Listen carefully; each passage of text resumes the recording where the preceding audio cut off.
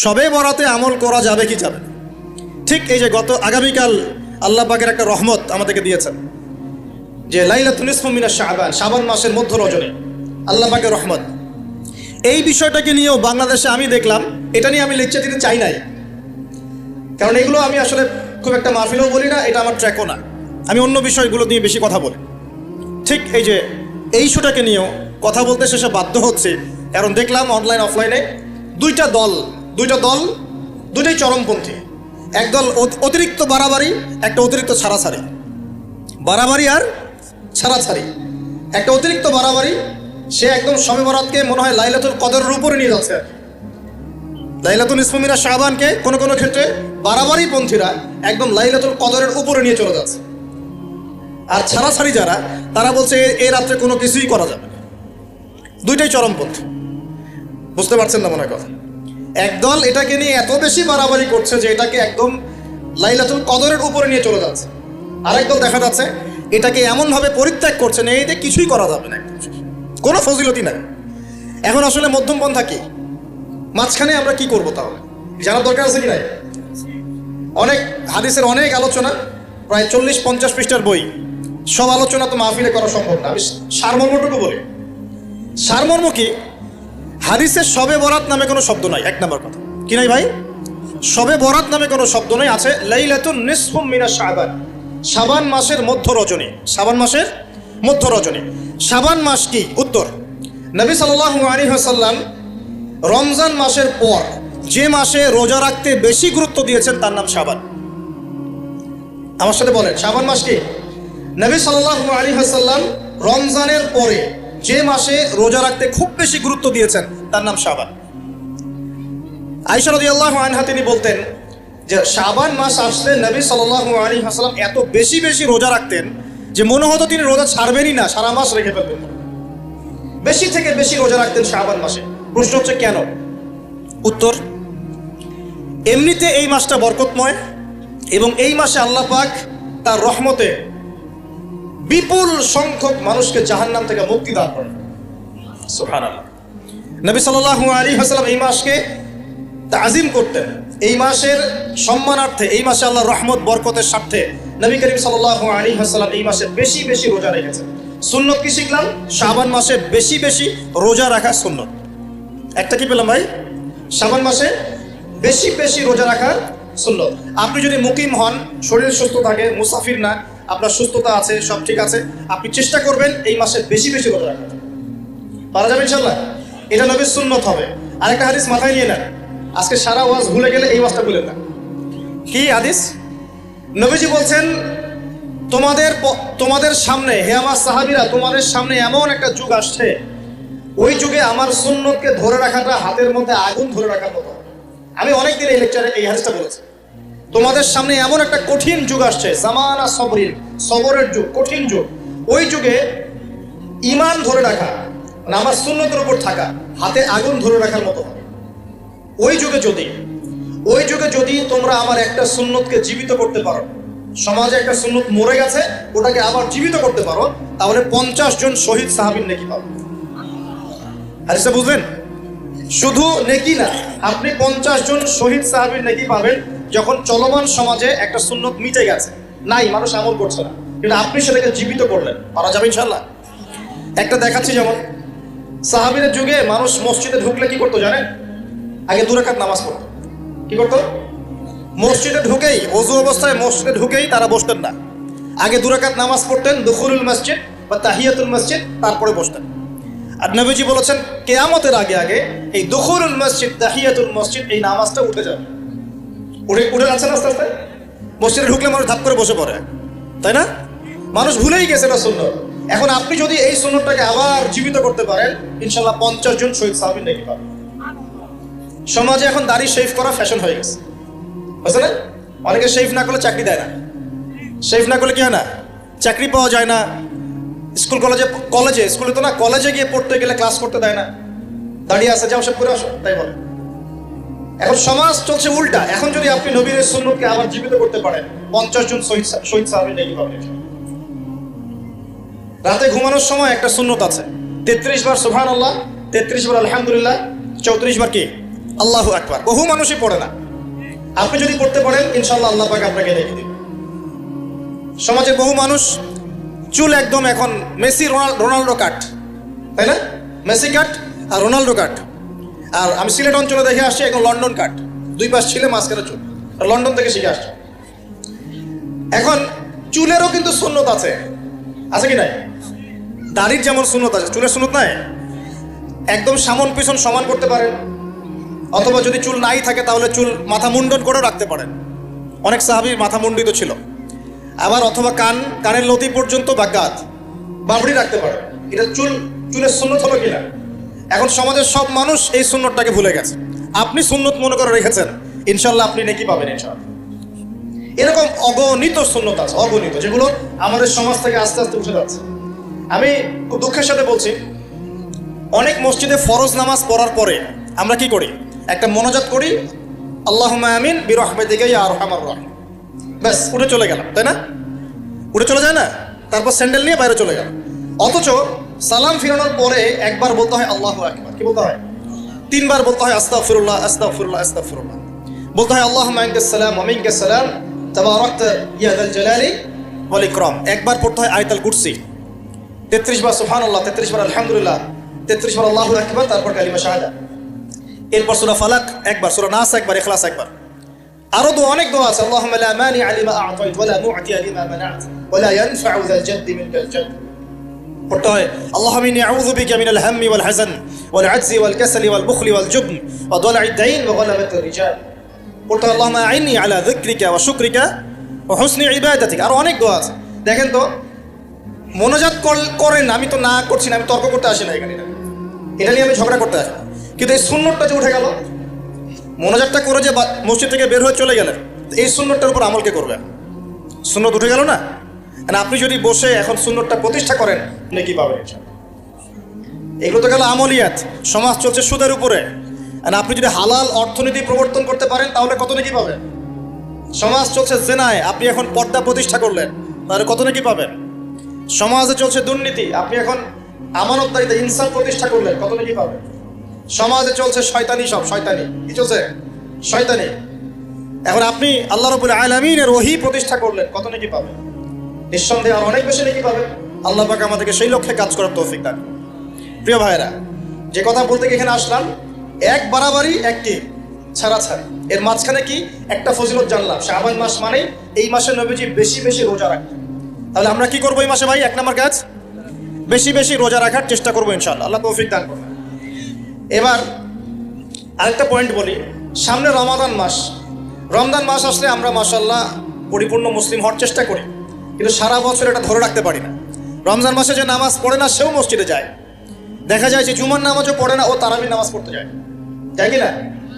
ওই দিন গিয়ে বলে এসি দেন, ইমাম সাহেব এসি অন করেন, তাই না? সারা বছর তো আসে না। ওই দিন গিয়ে ইমাম সাহেব এসি বন্ধ কেন? এই মুয়াজ্জিন সাহেব ফ্যান দেন। তখন ওখানে গিয়ে মানে কি বলবো, হ্যাঁ মাতব্বরি করে আর কি। যাক, তারপরেও যে মসজিদে আসছে আমরা দোয়া করি আল্লাহ হেদায়েত দান করুন। আমরা তো কাউকে পিছনে ফিরাই দিব না, দিব? এখন রমজান মাস আসলে আমরা মাশাআল্লাহ রোজা রাখি, মানুষকে ইফতার করাই, দান সদকা করি, আমরা যাকাত দেই, তারাবি পড়ি, কোরআন তেলাওয়াত করি, আমরা মাশাআল্লাহ অনেক আমল করি। এই আমলগুলো কি একবারে ধাপাস করে ধরে ফেলা সম্ভব না? একটা আস্তে আস্তে ট্রেনিং প্রসেস লাগে।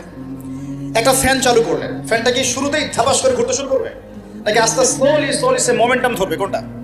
আস্তে আস্তে সে গতি পাবে না, ধীরে ধীরে গতি পাবে। ঠিক শাবান মাসে এত বেশি রোজা রাখা, ইবাদত করার অর্থ কি? যাতে রমজান মাসে আপনি পরিপূর্ণ ইবাদত করতে পারেন। বুঝতে পারছেন কথা? রমজানে গিয়ে তো শুরুতেই সব ইবাদত ধরে ফেলা সম্ভব হবে না। মনে করেন আগামীকাল পহেলা রমজান, আজকে থেকে আপনি সব ইবাদত একসাথে করতে পারবেন? তখন কি আপনি বেগ পেতে হবে। কিন্তু একটা মাস আগে থেকে যদি ট্রেনিং নেন, ইনশাআল্লাহ রমজান মাসে ইজি হয়ে যাবে। এটা একটা কারণ নবী সাল্লাল্লাহু আলাইহি ওয়াসাল্লাম শাবান মাসে বেশি বেশি রোজা রাখতেন, আমল করতেন। আল্লাহ পাক আমাদের সবাইকে শাবান মাসে বেশি বেশি আমল করার তৌফিক দান, যাতে রমজান মাসে গিয়ে আমরা সুবিধা পাই, রমজান মাসের হকটা আদায় করতে পারি। এবার এই মাসে নবী সাল্লাল্লাহু আলাইহি ওয়াসাল্লাম কি বলেছেন একটা হাদিস থেকে আগে বুঝি। এই হাদিসটা সহ অনেক হাদিসে এই একই রকম কথা এসেছে এবং এই হাদিসটা বিশুদ্ধ। এটাকে অস্বীকার করলে হাদিস অস্বীকারী হয়ে যাবে। বাড়াবাড়ি গ্রুপ, ছাড়াছাড়ি গ্রুপ, উভয়ের জন্যই নসিহত। নবী সাল্লাল্লাহু আলাইহি ওয়াসাল্লাম বলেছেন, ইন্নাল্লাহ তাআলা, নিশ্চয় আল্লাহ রাব্বুল আলামিন, লা ইয়াত্তালিউ ফি লাইলাতিন নিসফি মিনাশ শাবান, শাবান মাসের মধ্য রজনীতে আল্লাহ রাব্বুল আলামিন তার রহমতের দৃষ্টি প্রশস্ত করেন। সুবহানাল্লাহ। আল্লাহ পাক শবে বরাত মানে আমরা যেটা বুঝি প্রচলিত অর্থে, লাইলাতুন নিসফি মিনাশ শাবান, শাবান মাসের মধ্য রজনী, যে 15 শাবানের এই যে রজনী, এই রাতে আল্লাহ রাব্বুল আলামিন তার সৃষ্টির দিকে তার রহমতের দৃষ্টিটা প্রশস্ত করে দেখেন, প্রশস্ত করেন। এবং ওয়াগফিরু লিজামিই খালকিহি, আল্লাহ পাক তার সমস্ত সৃষ্টিকে মাফ করে দেন। আল্লাহ পাক কি করেন? তার সমস্ত সৃষ্টিকে কি করেন? মাফ করে দেন। কথাটা ভালো করে বোঝেন। আল্লাহ পাক তার সমস্ত সৃষ্টিকে মাফ করে দেন, ইল্লা, তাদেরকে ব্যতীত। এক, ইল্লা লিমুশরিকিন, এক নাম্বার যে ব্যক্তি মুশরিক, যে শিরক করে আল্লাহর সাথে, যে আল্লাহর সাথে শিরক করে। আর দুই, মুশাহিনে, যে ব্যক্তি অন্তরে মানুষের সাথে বিদ্বেষ পোষণ করে, হিংসা বিদ্বেষ মনে আছে এরকম ব্যক্তি, এবং মনের মধ্যে শিরক আছে, শিরকি আকীদা, মুশরিক, এই দুই শ্রেণীর মানুষ ছাড়া আল্লাহ পাক সমস্ত মানুষকে মাফ করে দেন। তাহলে এই রাতের ফজিলত প্রমাণ হলো কিনা? রাতের ফজিলতটা প্রমাণ হলো কিনা? আচ্ছা, এখন এর ব্যাকআপ আরো অনেকগুলো হাদিস আছে। ওই সবগুলো হাদিসকে একত্রিত করলে এমনই কনক্লুশন আসে। এছাড়াও আরো কিছু দুর্বল হাদিস আছে, এগুলো দুর্বল, সনদগতভাবে অন্যান্যভাবে দুর্বল। ওখানে আরো কিছু পয়েন্ট পাওয়া যায় যে আর কাকে কাকে আল্লাহ পাক মাফ করেন না। সবাইকে তো মাফ করেন, আর কাকে কাকে করেন না। এই হাদিসে দুটো পেয়েছি, এটা একদম অকাট্য। এটা হলো মুশরিক, আল্লাহ পাক মাফ করেন না। দুই, যে অন্তরে হিংসা বিদ্বেষ পোষণ করে, হিংসা বিদ্বেষ আছে, এদেরকে আল্লাহ মাফ করেন না।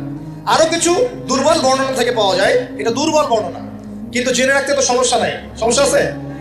আর পাপ তো পাপই, দুর্বল হাদিসে আসুক আর কঠিন হাদিসে আসুক, পাপ তো পাপই নাকি? পাপ ছাড়তে কোনো সমস্যা আছে? তো তৃতীয় এক শ্রেণীর নাম পাওয়া যায়, যারা হচ্ছে আত্মহননকারী, নিজেরা নিজেদেরকে আত্মহত্যা করেছে, এদেরকে আল্লাহ মাফ করেন। আত্মহনন বোঝেন কিনা? আত্মহত্যা যারা করে, আত্মহনন, এটা একটা শ্রেণী পাওয়া যায়। 4 নম্বর একটা পাওয়া যায় আত্মীয়তার সম্পর্ক ছিন্নকারী, আত্মীয়তার সম্পর্ক ছিন্নকারী। 5 নম্বর একটা পাওয়া যায়, সেটা হলো মাদক দ্রব্য সেবনকারী। মাদক দ্রব্য সেবনকারী, যুবকরা খুব ভালো করে শোনো, মাদক দ্রব্য সেবনকারী আল্লাহ সবাইকে মাফ করেন, মাফ করছে না। আরেকটা পাওয়া যায়, সেটা হলো যারা জেনার পাপে লিপ্ত আছে। কিসের পাপে ভাই? জেনার পাপ। এরকম আর কিছু ব্যাকআপ পাওয়া যায়, কিন্তু এগুলোর বর্ণনা দুর্বল। বর্ণনা কি? দুর্বল, কিন্তু পাপ তো পাপই নাকি? এই পাপগুলো তো পাপ, এই পাপগুলো করলে কি আল্লাহ খুশি হন? অকাট্য সহি থেকে পাওয়া যায় এই দুইটা, মুশরিক এবং মুশাহিদ, যারা শিরক করে, অন্তরে বিদ্বেষ পোষণ করে, আল্লাহ পাক এদেরকে মাফ করেন। এখন আগে জানি শিরক থেকে কিভাবে বাঁচবো, শিরক কি এবং কেন, তারপরে জানবো হিংসা বিদ্বেষ, তারপরে আমরা যাব এই রাত্রে আমরা কি করতে পারি। মনে রাখবেন, আমল করতে হবে 3টা বিষয় খেয়াল রেখে। কয়টা বিষয় ভাই? আমল করতে হবে 3টা বিষয় খেয়াল রেখে। এক, আমল করতে হবে একমাত্র আল্লাহ পাকের সন্তুষ্টির জন্য। এক নম্বর কি বলেন? এক, আল্লাহর সন্তুষ্টির জন্য, কারো সন্তুষ্টির জন্য না, কারো জন্য না, শুধু কার জন্য? দলিল হচ্ছে ইন্নাস সালাতি ওয়া নুসুকি ওয়া মাহইয়ায়া ওয়া মামাতি লিল্লাহি রাব্বিল আলামিন ফাসাল্লি লিরাব্বিকা ওয়ানহার। 2, আমল হতে হবে একমাত্র নবী সাল্লাল্লাহু আলাইহি ওয়াসাল্লামের সুন্নাত মোতাবেক। কার সুন্নাত মোতাবেক? নবী এবং সাহাবীদের সুন্নতের সাথে মেলে না, সেই আমল করা যাবে না। নবী এবং সাহাবীদের সুন্নতের সাথে মেলে না, সেই আমল করা যাবে না। 3 নাম, আমলটা যত সুন্দরই মনে হোক, আমলটা যত সুন্দরই মনে হোক আর যত মানুষই করুক, যত মজাদার মনে হোক না কেন, নবী করেন নাই, সাহাবীদের থেকে প্রমাণ নাই, আমল করব না। করলে বেদাত হয়ে যাবে। কি হবে? বেদাত হয়ে যাবে। আর 3 নাম্বার হচ্ছে, আমলগুলো করার আগে অবশ্যই আপনার রিজিকটাকে হালাল করতে হবে। কি করতে ভাই? ব্যাস এই 3টা শর্ত পূরণ করে আমল করলে ইনশাআল্লাহ তাআলা আমরা জান্নাতে যাবো। ইনশাআল্লাহ আমরা আশাবাদী, আল্লাহ পাক আমাদেরকে জান্নাত দিবেন ইনশাআল্লাহ। আল্লাহ পাক এক রাতে রহম করে সমস্ত মাখলুক সৃষ্টিকে মাফ করে দিয়েছেন, শুধু শিরক এবং হিংসা বিদ্বেষ পোষণকারীকে মাফ করছেন না। বুঝতে হবে এই পাপ দুটো কত কঠিন। এবার আসেন, প্রথমে একটু শিরক নিয়ে কথা বলি, তারপরে মুশাহিন নিয়ে কথা বলি। ধৈর্য ধরবেন তো নাকি? দেরি হচ্ছে? সবর করেন। এখন প্রথমে জানি শিরক কি এবং কেন। শিরক হচ্ছে এমন একটা পাপ, যেই পাপ আমলনামায় থাকলে পরে বিনা তওবায় যদি সেই ব্যক্তি মারা যায়, আল্লাহ পাক তাকে মাফ করবেন না। ভালো করে শোনেন, শিরক এমন একটা পাপ, যে পাপ যদি আমলনামায় থেকে যায়, বিনা তওবায় সে মারা যায়, শিরকের পাপ নিয়ে আল্লাহর সামনে দাঁড়ায়, আল্লাহ তাকে মাফ করবে। দলিল সূরা নিসা, আল্লাহ পাক বলছেন ইন্নাল্লাহা লা ইয়াগফিরু আন ইউশরাকা বিহি ওয়া ইয়াগফিরু মা দুনা যালিকা লিমান ইয়াশা। আল্লাহ পাক তার সাথে শিরকের গুনাহ মাফ করবেন না, এছাড়া যে কোনো গুনাহ যাকে ইচ্ছা মাফ করবেন। বুঝাচ্ছি, মনে করেন একজন ব্যক্তি জিনা করেছে, কথার কথা নাউযুবিল্লাহ, একজন ব্যক্তি জিনা করেছে বা মিথ্যা কথা বলেছে, ধরেন মদ খেয়েছে ইত্যাদি। এখন সে তওবা করলে তো মাফ পেতই, তওবা করলে মাফ হতো না? তওবা করলে মাফ তো পেতই। মনে করেন তওবা না করেই মারা গেছে, আল্লাহ পাক চাইলে কিয়ামতের মাঠে এই পাপও বিনা তওবাতেই মাফ করতে পারে। কথা বুঝতে পারেন? বুঝতে পারছেন না মনে হয়। মনে করেন একজন ব্যক্তি মদ খেয়েছে, জিনা করেছে ইত্যাদি, সে তওবা করার ফুরসত পায় নাই, বিনা তওবায় মারা গেছে। আল্লাহ পাক চাইলে কিয়ামতের মাঠে তওবা না করা সত্ত্বেও আল্লাহ পাক তাকে মাফ করতে পারে। কিন্তু একজন ব্যক্তি শিরকের পাপ করেছে, তওবা না করে মারা গেছে, আল্লাহ পাক কিয়ামতের মাঠে শিরকের পাপ মাফ করবেন। আমি বুঝতে পারছি? অন্য পাপের কারণে আল্লাহ রাব্বুল আলামিন শাস্তি দিয়ে হোক, কোনো একটা ভাবে হোক, নবীর সুপারিশের মাধ্যমে হোক, তাকে জাহান্নামে গেলেও সেখান থেকে বের করে জান্নাতে দিবেন ইনশাআল্লাহ। কিন্তু শিরকের পাপ যার আমলনামায় থাকবে তার উপর জান্নাতকে হারাম করে দেওয়া হয়েছে। বলেন নাউযুবিল্লাহ। সূরা মাইদায় দলিল আছে, শিরকের পাপ যার আমলনামায় আছে তার জন্য জান্নাতকে হারাম করে দেওয়া হয়েছে। শিরক মানে অংশীদার সাব্যস্ত করা, আল্লাহ পাকের সাথে কাউকে সমকক্ষ করা। শিরক কত প্রকার হয়? উত্তর 3 প্রকার। কয় প্রকার ভাই? বিশ্বাসে শিরক হয়, মানে আকীদায় শিরক হয়, আমলে শিরক হয়, মানে কাজে শিরক হয়, কথা বা লিসানে শিরক হয়। মনে থাকবে? 1 নাম্বার কিসে শিরক হয়? বলেন আমার সাথে। বিশ্বাসে শিরক হয়, আকীদায় শিরক হয়। 2 নাম্বার আমলে শিরক হয়, কাজে শিরক হয়। 3 নাম্বার কথায় শিরক হয়। কয়েকটা এক্সাম্পল দিয়ে বুঝতে পারবেন। একজন ব্যক্তি মনে করেন বিশ্বাস করে যে আল্লাহ বলতে কেউ নাই, কি হবে এটা? বলেন শিরক। একজন ব্যক্তি মনে করেন বিশ্বাস করে যে আল্লাহ আছে, আরো ইলাহ আছে, তাহলে কি হবে? কেউ যদি বিশ্বাস করে আল্লাহর সন্তান আছে, কি হবে? কেউ যদি বিশ্বাস করে মহাবিশ্ব আল্লাহ সৃষ্টি করে নাই, বিগ ব্যাং থেকে সৃষ্টি হয়েছে, কি হবে? কেউ যদি বিশ্বাস করে আল্লাহ মানুষকে সৃষ্টি করে নাই, মানুষ বানর থেকে হয়েছে, কি হবে? আচ্ছা, বিশ্বাসগত শিরক। কেউ যদি মনে করে আল্লাহ ছাড়া অমুকে আমার সন্তান দিতে পারে, কি হবে? কেউ যদি বিশ্বাস করে যে আল্লাহকে পাওয়ার জন্য আমাকে মাধ্যম ওসিলা পূজা করতে হবে, তাহলে কি হবে? কেউ যদি চন্দ্র, সূর্য, গ্রহ, নক্ষত্র, গাছপালা, মূর্তি এসবে পূজা করে, কি হবে? এগুলো বিশ্বাসগত শিরক। কেমন শিরক ভাই? বিশ্বাসগত।